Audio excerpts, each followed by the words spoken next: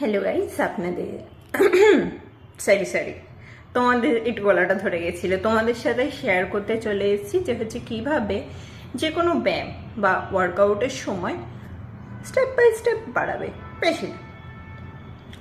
এই জন্য তোমাদের লাগবে ডিসিপ্লিন, একটু তোমার নিজেদের উপর ট্রাস্ট আর নিজেকে চ্যালেঞ্জ করার ক্ষমতা, যেটা আস্তে আস্তে বিল্ড হয়ে যাবে, চিন্তা নেই। আর সাথে করে শরীরকে সেই চ্যালেঞ্জে ফেস করে দেওয়ার ক্ষমতা, যখন ও এক জায়গায় স্টিক হয়ে যাচ্ছে ব্যায়াম করতে করতে, তো কী করবে, যখন দেখবে তোমার শরীর একই রকম ব্যায়াম করতে করতে, ধর তুমি 5 মিনিটের ব্যায়াম দিয়ে তুমি শুরু করছো, একই রকম ব্যায়াম করে যাচ্ছে লম্বা টাইম ধরে, তুমি রোজ 5 মিনিটের ব্যায়াম করছো, শুরুর দিকে 5 মিনিটের ব্যায়াম, তো এবার শুরু দিকে 5 মিনিটের ব্যায়াম আর একই টাইপসের ব্যায়াম, তো তাতে ও না অ্যাডজাস্ট হয়ে গেছে তাতে।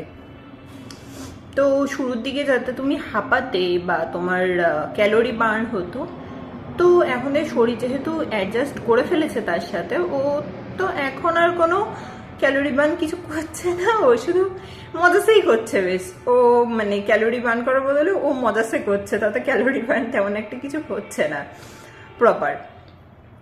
তো এবার যে হচ্ছে তোমরা যেটা করতে পারো, মানে ব্যায়াম না রোজ রোজ চেঞ্জ করার থেকে তোমরা সময়টাকেই বাড়িয়ে দাও আস্তে আস্তে। 5 মিনিটের জায়গায় আস্তে আস্তে তোমরা 10 মিনিট করলে, আর যদি শুরুতে তোমরা 10 মিনিট বা 15-20 মিনিট যেভাবে তোমরা শুরু করো, ওরকম 5-10 মিনিট বাড়িয়ে, বা 2 থেকে 5 মিনিট বিগিনারের জন্য আস্তে আস্তে বাড়িয়ে তোমরা করতেই পারো, স্টার্ট করতে পারো। এটা তোমরা যখন হচ্ছে মানে ক্যালোরি বার্ন আউটও করছো, শরীরকে না মানে কখনো অ্যাডজাস্ট করতে দেবে না, তোমার যে কোনো ধরনের ব্যায়ামের সাথে অ্যাডজাস্ট করতে দেবে না, রোজ চ্যালেঞ্জ দেবে। যে মানে রোজ চ্যালেঞ্জ দেবে বলতে, যখনই অ্যাডজাস্ট করে ফেলবে তখনই চ্যালেঞ্জ দেবে, আবার নতুন করে হচ্ছে নতুন কিছু, নতুন টাইম বাড়িয়ে দিচ্ছ, এক্সারসাইজের লেভেল বেড়ে যাচ্ছে, এরকম করে চ্যালেঞ্জ করবে।